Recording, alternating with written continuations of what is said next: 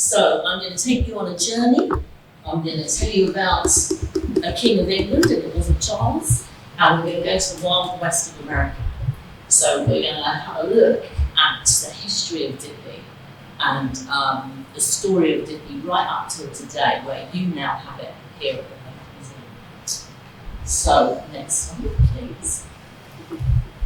So I just wanted to say a tiny bit about myself. So I'm Lorraine Cornish, and I'm head of the Conservation Unit at the Natural History Museum in London. And the team and I look after the museum collections, which is over 18 million items. Dippy is obviously a very important part of that. So our team do lots of work on the collections, both in store, on display. We make sure that they're cared for, they're preserved, and they can be used in the future. Next slide, please. So let's start with the story of Dippy in terms of how Dippy got its name. So the term, how do we say it? How do you say it? Diplodocus? Diplodocus? What do you say? Yeah. Was first coined by Marsh, and he was looking at some dinosaur pieces, and he named this particular set of bones Diplodocus, which means double beam. And I don't know if you've noticed, if you look at the tail of Dippy in the gallery, but you'll see these little chevrons hanging underneath it. Okay, these bones, set of bones hanging underneath it. So when you finish this, go out and have a look. You'll see that lovely long tail has got lots of little bones underneath. And they were kind of coat hanger shaped, and so he named them in Greek, and it's called double beam. So that's how Diplodocus, the family of dinosaurs, first got its name. Next slide, please. So Dippy lived quite a long time ago, and belongs to a group of dinosaurs called sauropods, which means lizard feet. And they're four-legged and herbivores, and they have very long necks, barrel-shaped bodies, and then very, very long tails and quite small heads. So Dippy had quite a small brain. And these specimens are found in what's called the Morrison Formation, so that's in western US. And in those days, it was actually quite marshy, humid, very lush, and that's where these particular dinosaurs are found. Next slide. So here we go right back to 1898, where we have William Reed, and he is in Sheep Creek here, great name, isn't it? And discovered during his work some remains of a dinosaur. And when that got into the news, that caused quite a lot of excitement. So I'm telling you now, dinosaur fever started a very long time ago and still continues to today. And the newspapers, as you can see here, just billed it as the most colossal animal ever on Earth. And with a headline like that, Andrew Carnegie, who was building and owning a museum in Pittsburgh, decided that he wanted to fund an expedition to go and excavate some pieces of dinosaurs so he could have them for his museum. So he decided he would like to do that. So he sent a team off to Pittsburgh, to Sheep Creek to excavate. And the first piece of our Dippy was actually found after several weeks in 1899. They were excavating, and after several weeks, they found the first pieces on Independence Day. And so sometimes Dippy can be called the Star-Spangled Dinosaur by some fans. And the first bones to be found were in fact toe bones. Next slide, please. So when these pieces of Dippy were found, they were brought back for study, and paleontologist Dr. John Bell Hatcher, he was the person that studied this dinosaur and looked at other dinosaur remains and was able to reconstruct what the skeleton might have looked like. And it's based on actually 5 different dinosaurs, because when you dig a dinosaur out of the ground, you don't tend to get the whole thing. You might get parts of it missing. So sometimes what you have to do is look at other ones, and then you can piece them together in what we call a composite. And so he provided this beautiful reconstruction illustration in a scientific study, and then he named this dinosaur because it had it belonged in the Diplodocus family, but he decided it actually had enough features to make it a new species. And so he then named it after Andrew Carnegie, and that's why it's called Diplodocus carnegie. That's his name for that particular species. And Andrew Carnegie had a castle in Scotland, and Edward VII went to visit him, and in his office was this picture. And the king was amazed by it, and he wanted to know all about it. And he asked if he could have one. Could they get him one? Well, you can't just dig dinosaurs up these days. It's quite tricky, and they're not always easy to actually find. So Carnegie, he had written to W.J. Holland, who was the director of the museum out of Pittsburgh, and Holland said, well, we can't actually go out and get another one, but what we could do is we could make a copy of it. So we could do that, do a replica. And so that is what happened. Next slide, please. So they hired some specialist staff, some Italian sculptors, other sorts of people, and what they did was they moulded each part, and then when there were pieces missing, they reconstructed and made a model so that they were able to piece together a replica dinosaur of Dippy. And they sent it across to the UK, about 36 packing cases, and they came to the Natural History Museum and they sent a huge team over to put it together for us. So here we've got some pictures of that happening, and as you can see in that bottom right, health and safety standards were possibly a little bit different than they are these days. Next slide, please. Well, when Dippy came and the announcement was going to happen that this dinosaur was going to actually come to the Natural History Museum and people were going to be able to see a dinosaur, the newspapers got very excited, and I think we would say this is an early example of dino fever, where it got into quite a number of newspapers. This is just a couple of examples.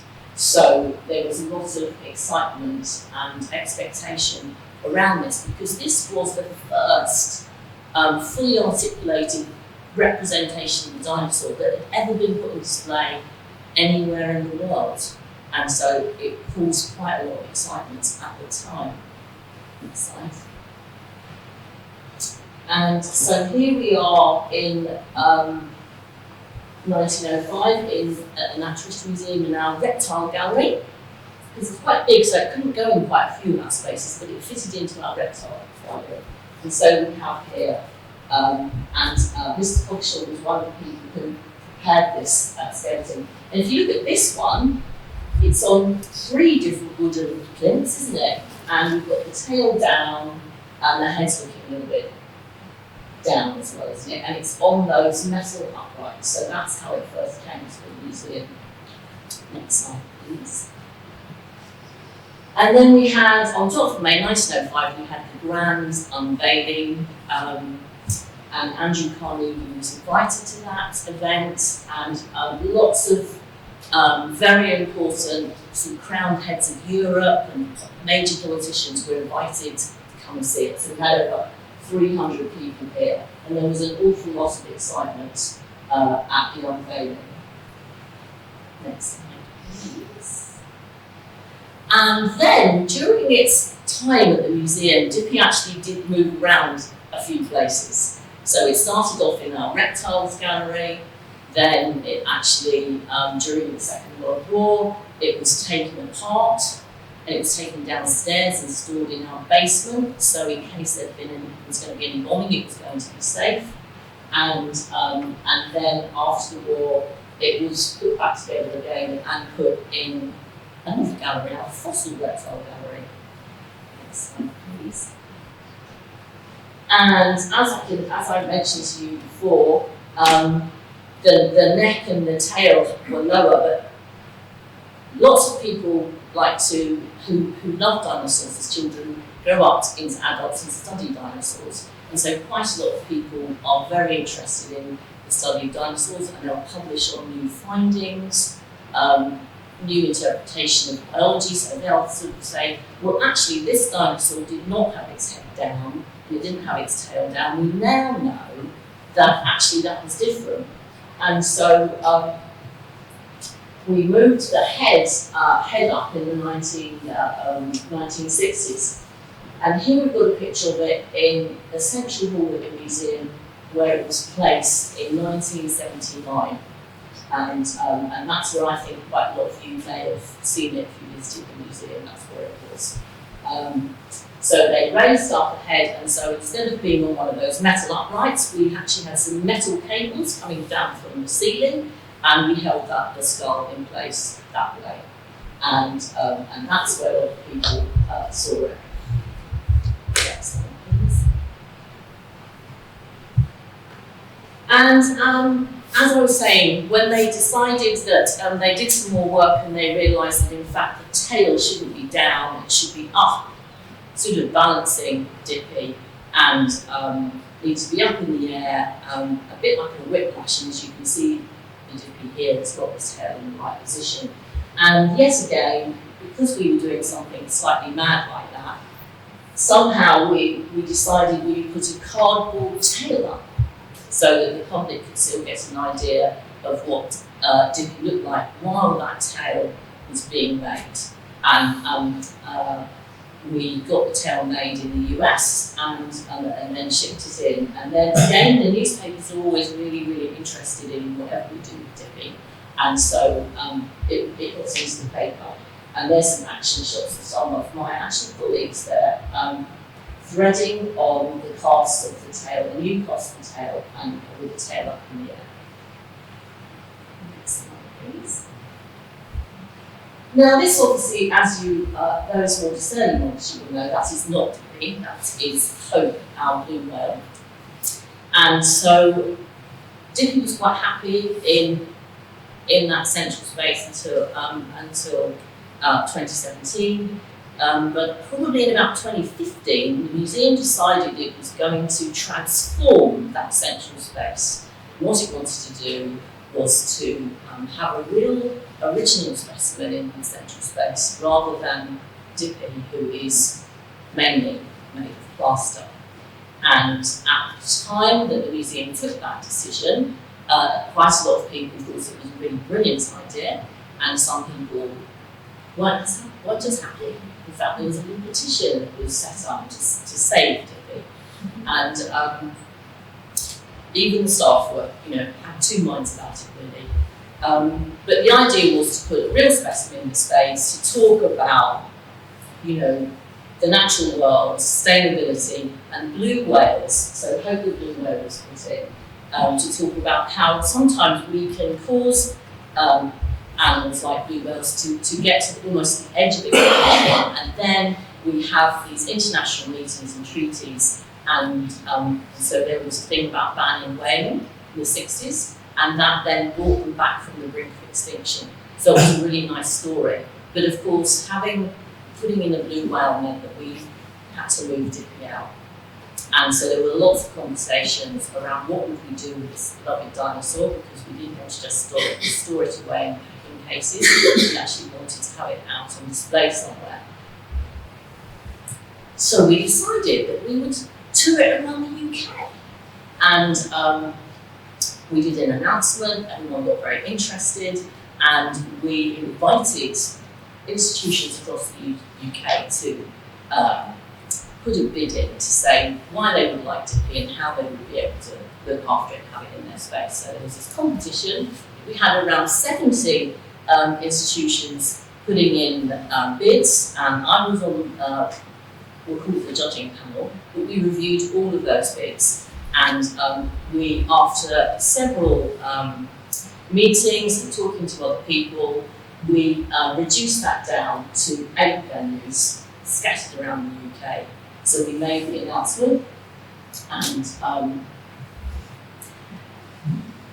then Dippy was basically going to go. And everyone thought that was a good thing, really. If Dippy couldn't be on display in the museum, at least Dippy was going to be on display somewhere else in the UK. And the staff, we had a party, and we would have a picture taken on Dippy. There was a cake.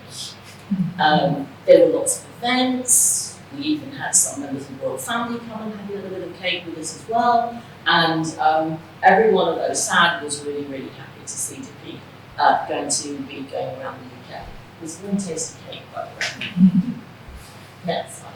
Right, so in January 2017, that was the start of taking Dippy down. Now, it's quite tricky to take down a dinosaur, and it's also very tricky to take down a dinosaur in a very public gallery, which has a main entrance that the visitors can come in and out of. So we had to do quite a lot of planning about how are we going to take this dinosaur down, but also keep the museum open. So I think in the far left picture, you'll see that we built a hoarding.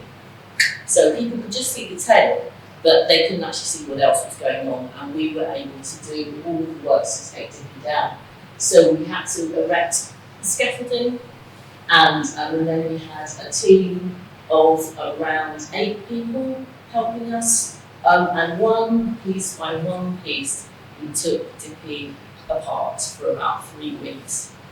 But what was really interesting for me was on the morning that we were going to start this, I was told that there had been so much media interest that we were besieged by TV channels, radio channels. So all day, the very first day I was taking it down, was really starting at sort of, I think, 6:30 in the morning on the Today programme, was talking about what we were doing with Dippy, because everyone was so interested and invested in what was going on. So we had a lot of interest in that. So that took about 3 weeks. So the first thing we did was when we put the scaffolding up, we did a check, a bit like a health check. So we went and looked at all of the individual pieces and we checked them out. We did what we call a condition report. What's the condition? What is it like? And then planning in terms of taking down all of those pieces. Now, one thing that we wanted to do was, in order for Dippy to tour, we had to slightly change how Dippy was mounted, because I think if you remember, I said that the head had been suspended by cables. Well, when you tour Dippy round, you can't then just go up to someone and say, well, could we hang some cables from your ceiling, because it doesn't necessarily always work that way. So we decided that we would need to slightly remount Dippy, and so that was the plan. So at this stage, we're just taking down all the pieces and then we're putting them into packing crates.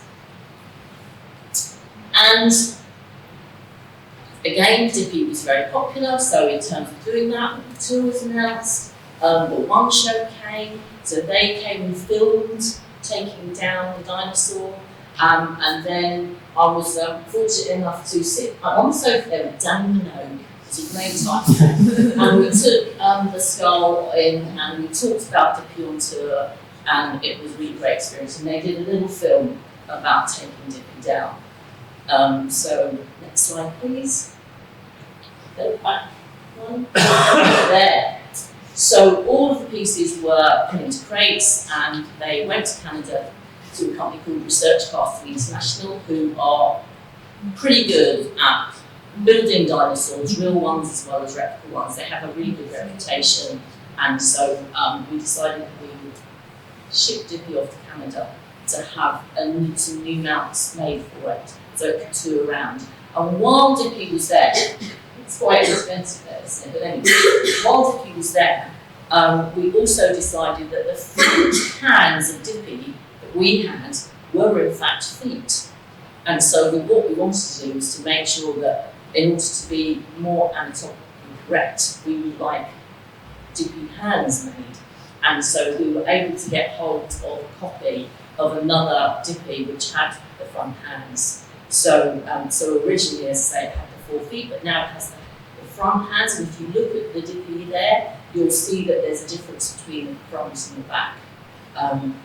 And so they did that there. So that Dippy was there for a few weeks, and I was fortunate enough to go out there to see what was going on and to check everything was okay. Because as well as rebuilding Dippy, they had to make a base for it, and also we did not want any supports really on the tail. That's quite, because it's a long tail. And so we asked them if they would make some internal supports, extra internal supports, so the tail could just be there without anything underneath it holding it up. And so that was quite a challenge for them, but they rose to the occasion. And here they are. That's some reinforcement putting in the middle there to make sure that the tail will stand on its own when we install it. And then we start the tour. So this was the logo that was used, Dippy on tour, and the first venue was going to be in Dorset. Now, touring Dinosaur around the country, quite tricky. And we had a company called William Hills who helped us do the moving around. So these vans, you can see, have got sort of adverts of Dippy on the side. But for security reasons, Dippy was not in any of those vans, but some of the, say the set work, some of the plinth might have been there. The real material was in very anonymous looking large lorries, basically, so that nobody knew what was going on. And we travelled down to Dorset to start installing the very first time. And it was very tricky, let me tell you. Very, very tricky. So here's one of the larger lorries, and that is reversing back into the back entrance of Dorset County Museum. We're literally inches there. But at the same time, because the media were so interested, we had TV cameras filming every moment. And so that was just an extra layer of, let's say, make people focus a little bit more on what they were doing.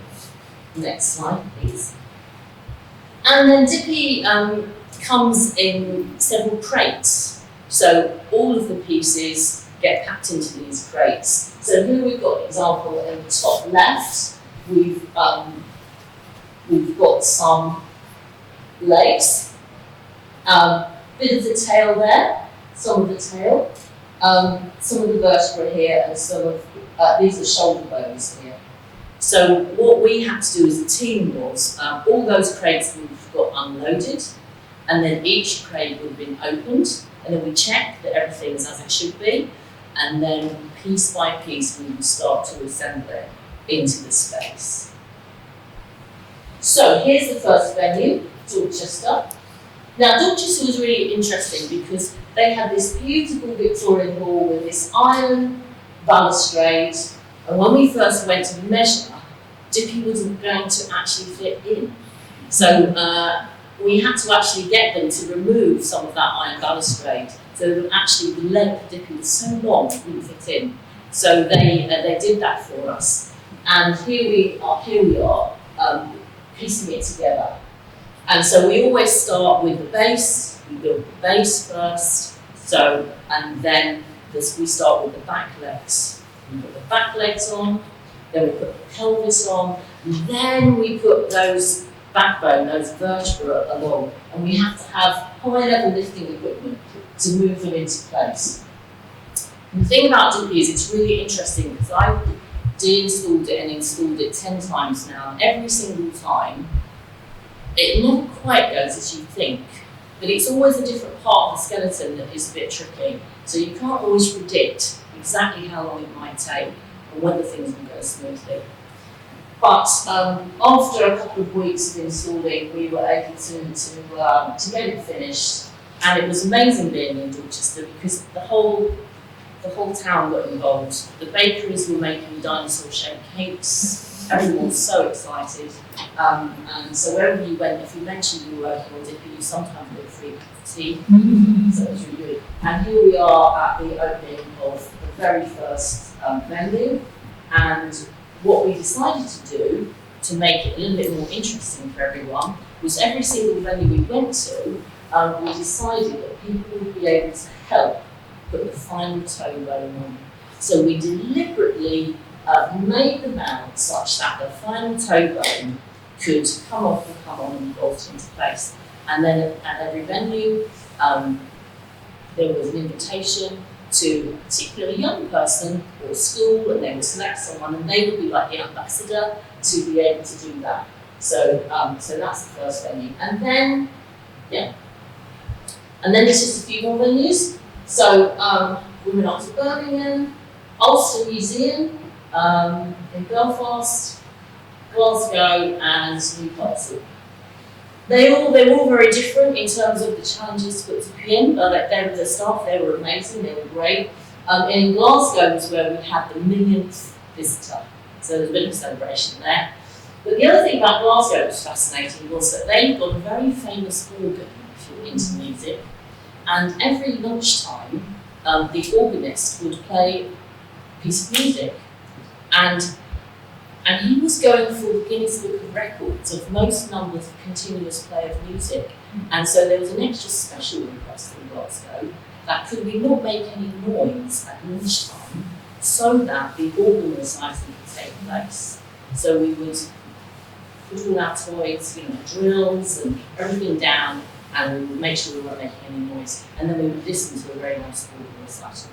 And on the day that Dippy was unveiled in Glasgow, the organist, instead of playing a set of classical pieces of music, did some dinosaur theme music. So we had Jurassic Park theme music played on the organ, which was great actually. It was really good. And every single venue responded in a different way. So although Dippy was coming to their venue, they would then have another programme of events. And that would be sometimes outside the museum with school groups or going on nature tours and things like that. And then they would also sometimes put some displays on in the venue to kind of complement Dippy. And so there was lots around. In Birmingham, for instance, they decided, where did dinosaurs come from? And have dinosaurs died out today? Have they died out today? Who thinks they have? Who thinks they haven't? Oh, very engaged audience here. So what Birmingham did is they decided to do a whole thing about the evolution of dinosaurs and going right up to the fact that they share an ancestry with birds. So they haven't actually died out. So every venue did something slightly different. Great North Museum, they decided they were going to do something on climate change. Ulster Museum did something around the natural history of Ireland. So it was really great to see that all of these institutions doing other things. Next slide. And then this is at the National Museum of Wales in Cardiff. And they worked with some young people and they were looking at sustainability. There was a whole thing about fast fashion and they'd actually made some sculptures of Dippy made out of fabric and clothing, etc., etc. So it was really interesting to see that. Next slide. And then we went to Rochdale. Rochdale was really interesting. Number one, Riverside, because Rochdale is not a museum. It's actually a public space and a library. So it was a bit different.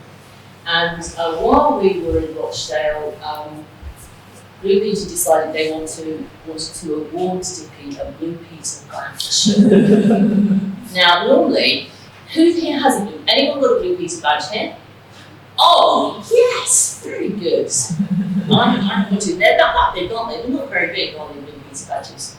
But they wanted to clearly have a dinosaur-sized Blue Peter badge. So I've got a one here that they made two for me. So this is the size that we got.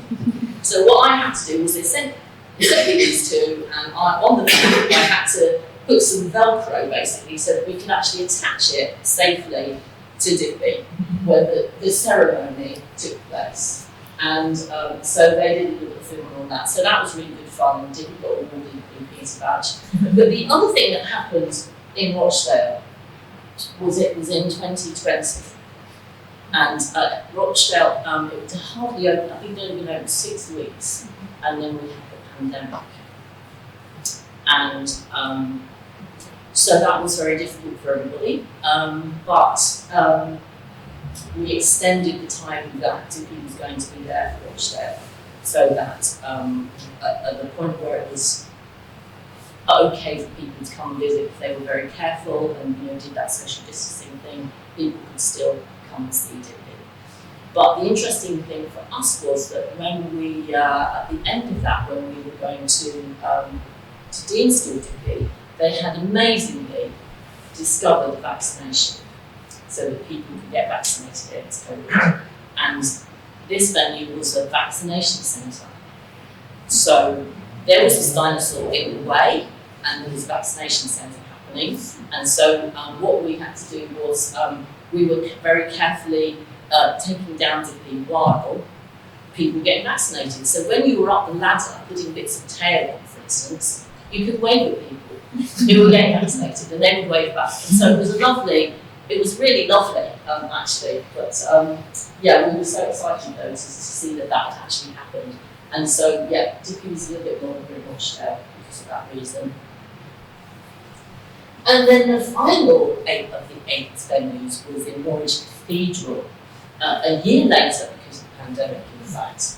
And again, on the left here, you can see that there's still lots of media interest, people wanting to take pictures and put things in newspapers, that sort of thing. And the opening ceremony involves choir boys there. And Norwich Cathedral was an amazing venue, but again, there was a very large organ that was amazing nearby, and there were services that took place in the cathedral during the day.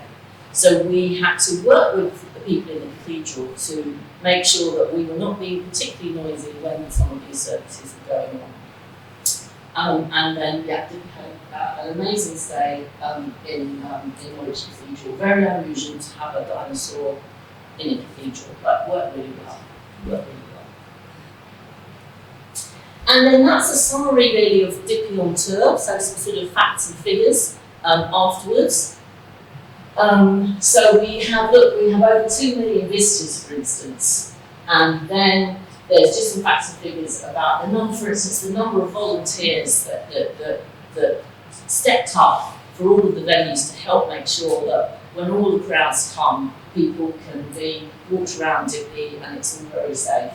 And then the local economies also benefited from people coming to visit Dippy, so extra people coming into the town or the city, and so that raised more revenue. So it was a really great project, but and Dippy survived that, being taken down and put up that number of times.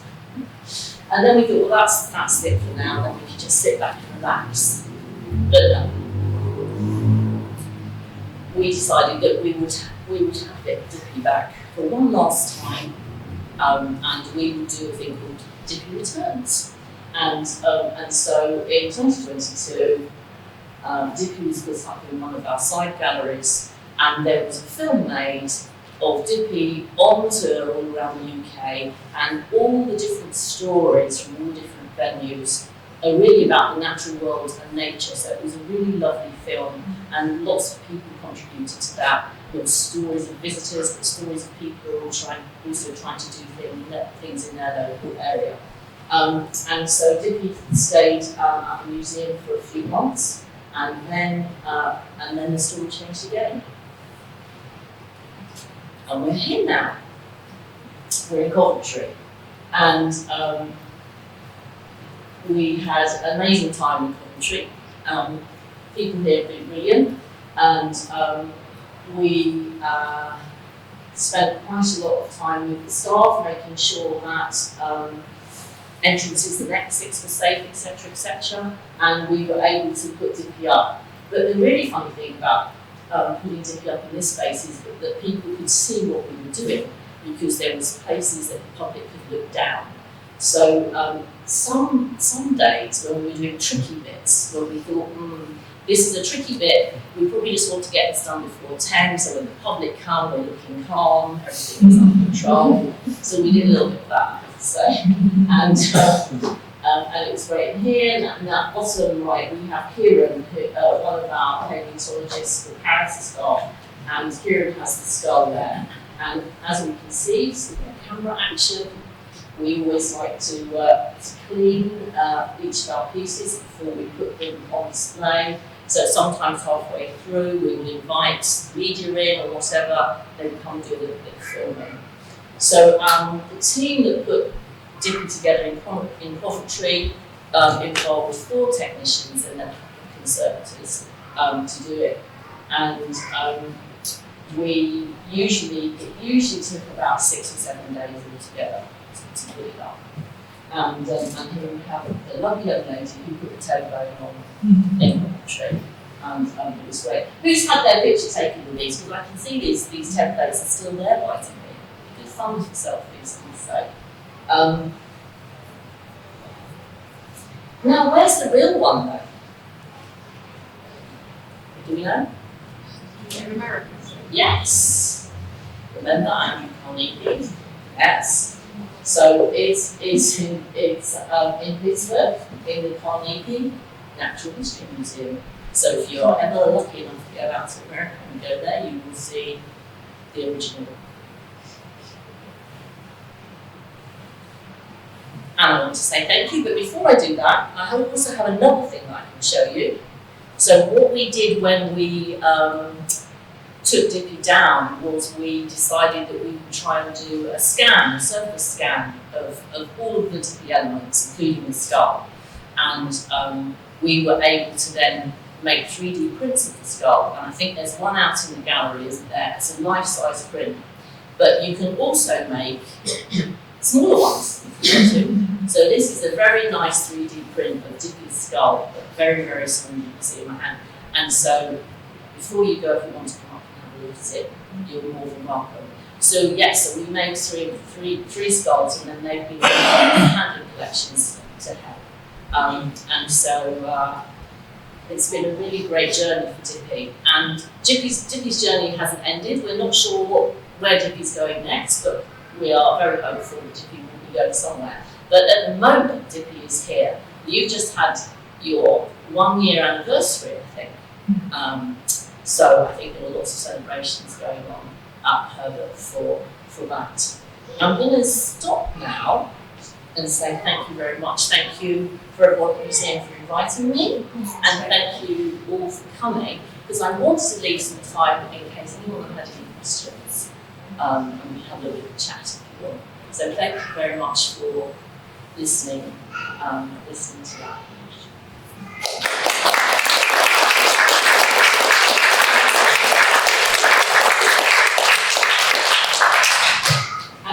And now we're going to do a fly-through of the install here. It took a lot longer than that, as you can appreciate.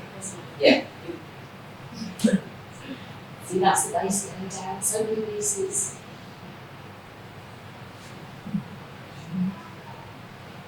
Yeah, protecting it, because we're going to be putting some scaffolding bits all over it now. Getting that beam ready, because we're going to be putting things on a height. How long does this take? It takes about a week. Yeah, the back legs, and go, they're on. Then we're going to get that pelvis on, so that here it goes. And it's a bit trickier than that, so. And then we're going to join up the back legs and the front arms with the vertebra. So we've got several pieces of vertebra to go on. Here they go. They get slotted on and bolted in place. And then, that's a little bit up right there.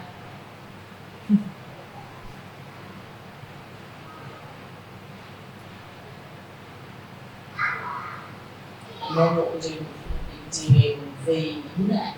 So to me, yes, the neck. Sometimes we do the tail first, sometimes we do the neck first. We do the neck. And we have lovely colleagues here who are doing time lapse so that you can get an idea of it.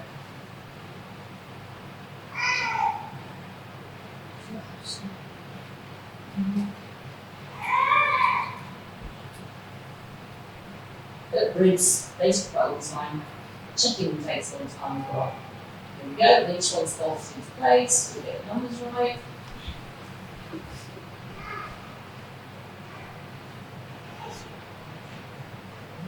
Shoulder bones, get some more pelvis put on, tail, chevrons, the ones I mentioned at the beginning. Here's Kira putting all those chevrons on.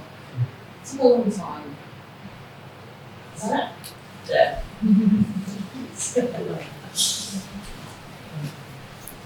So, any questions? Yes? The first time, when you took it, you sent it to Canada to get, obviously, to make it more transportable, I guess. Yeah. Inside it. So, and you said the first time you took it down took 3 weeks. How long does it take it down now, with all the kind of new frame? Oh, taking it down is probably 3 or 4 days. Oh, wow. Yeah, it's quick. Putting it up takes a bit longer.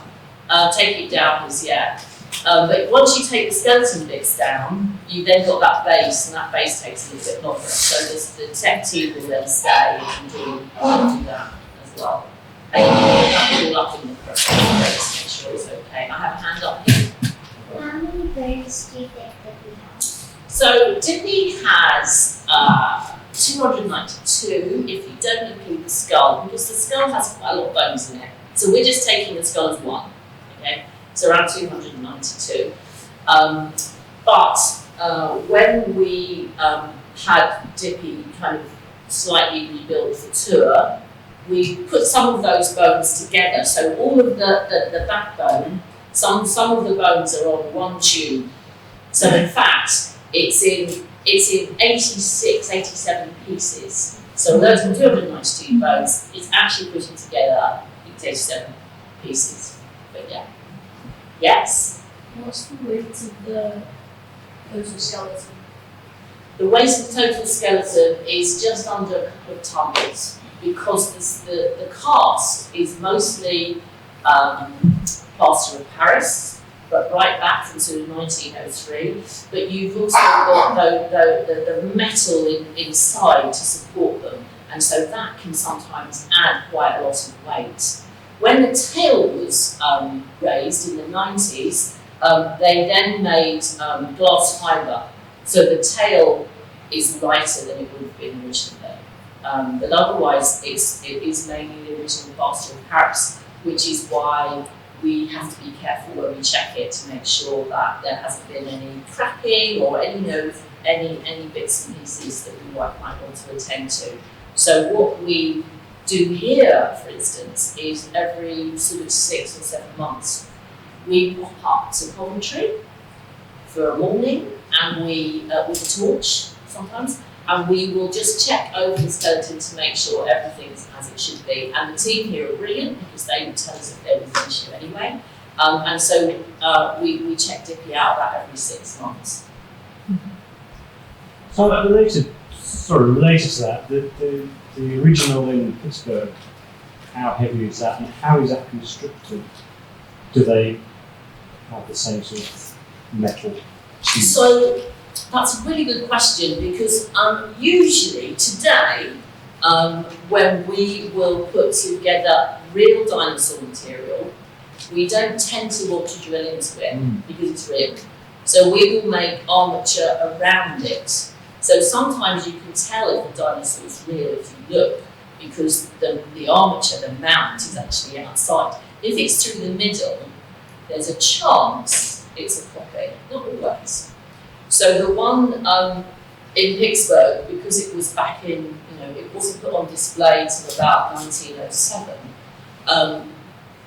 they were less concerned. They didn't really, it was just a totally different time then. So some parts of it have got drilled inside, but some have got external armature. So it's heavier, I would say. And of course the bone is original, where they got that, and so that would be altogether a bit more heavier than our one, for sure. Yeah. So you say you modelled it, so and obviously the originals are cast anyway. Why haven't you had it remodelled in something that's a lot more durable than plaster of Paris? Yeah, get that. I think for Dippy itself, because Dippy was a complete away from, and I used to go to Dippy as a child. So when we took that plaster of Paris with the replica down, Dippy had its own personality, fan club. People felt very strongly about it. So it was that original copy, first it was never displayed anywhere in the world, that people wanted to tour. Yes? Of course, nowadays, you're making a dinosaur replica, you would not use, unless you have absolutely no money and a lot of time, you would not use plaster. Back in the day, that was the material of choice. And so, for instance, when you have 3 out of your 4 vertebrae, so you've got what their shape and size is, you can then, if you're good at what you're doing, model up that middle piece, etc., etc. And so nowadays, no. So, for instance, we're having a bronze version made to go in our grounds because obviously we need to have it weatherproof. So that has been partly constructed by using a 3D scan. So using that scan of Dippy, we actually looked at the structure of a bronze one and does it look exactly the same? In fact, its head's turned a little bit further around. But otherwise it's pretty much the same, but that's in bronze. But a lot of people will now do 3D prints, because that 3D printing has really come a long way. Or the kind of more old-fashioned way of using epoxy resins and things like that. So sure. Yes. You said the posture has changed quite a lot since you first built it, or since it was first built, and you just changed the feet to hands. Are you confident now this is how it would look naturally, or as confident as you can do? Yes.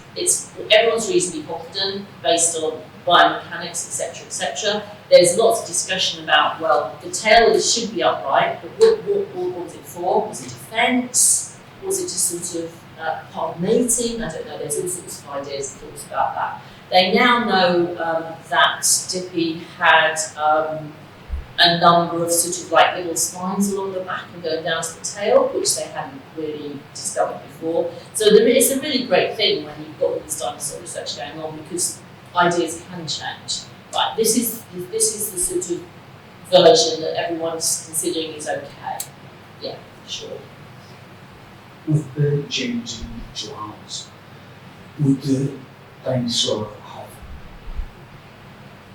lifted that from end to eat and used tail like kangaroo to get higher? Yes. So if you look at Dippy out in the gallery, you'll see that the front arms are a lot shorter than the back legs, and the back legs are really big and strong.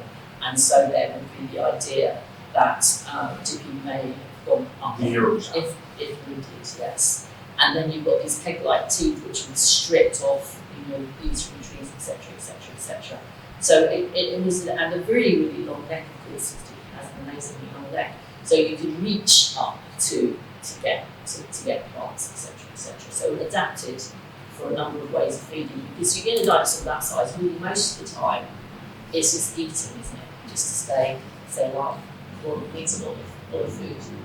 Like tail, you can't really like it, tripod. Yeah, yes. And so that was the other reason that they think there's, the chevrons in the tail we were talking about, they are used to sort of protect the sort of nerves and vessels going through, but also if there was any, possible going up, the tail would help to balance it and stop any damage happening to those blood vessels and nerves, etc. So so that's a theory as well, which seems quite sensible to me. Yes. Has any bits of it been damaged in the 10 times you've taken the put down? Yes. Minimal, but it does happen, yes. Sometimes when we first got it back from Canada, in the crates, when we opened them up, there had been some damage during transport across from Canada to the UK. So some of the vertebra had been slightly damaged. So we had to do a bit of an emergency ER because it was due to go up on tour. And then during the tour, very occasionally, you might get existing sort of hairline cracks that we know about opening up very slightly, because if you can imagine taking these things apart, putting them together, does cause some stress, trying to sort of, push in these metal tubes. So most of the time it's absolutely fine, but occasionally you'll get that. So that's why we check it every single time. So we know where the cracks are, we've got them mapped on the computer, so that when we go and check it, we'll home in on those particular areas and we'll make sure they're as good as they can be. Or we might add a little bit of adhesive, etc., etc.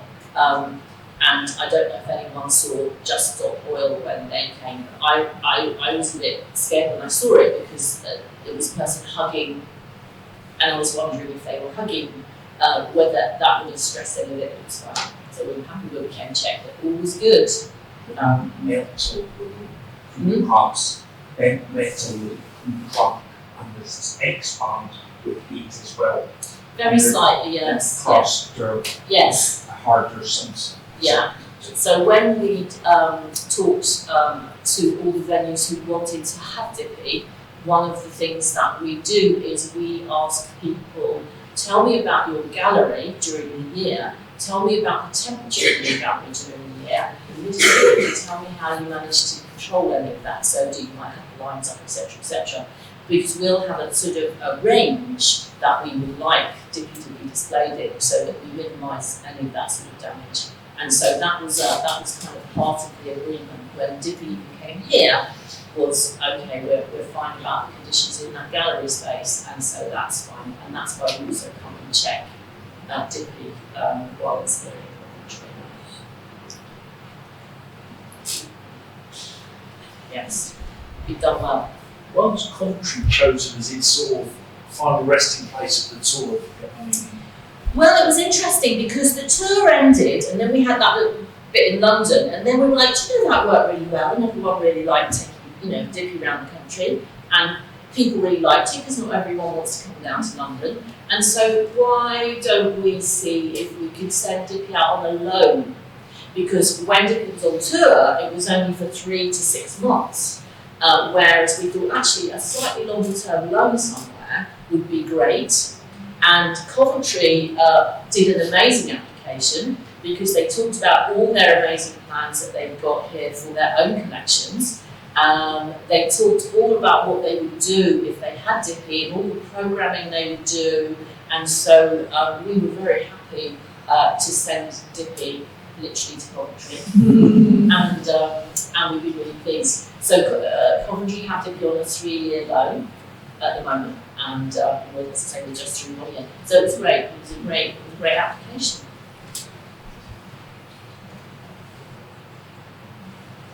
Well, you've done very well. I'm sorry about the technology, but you overcame it.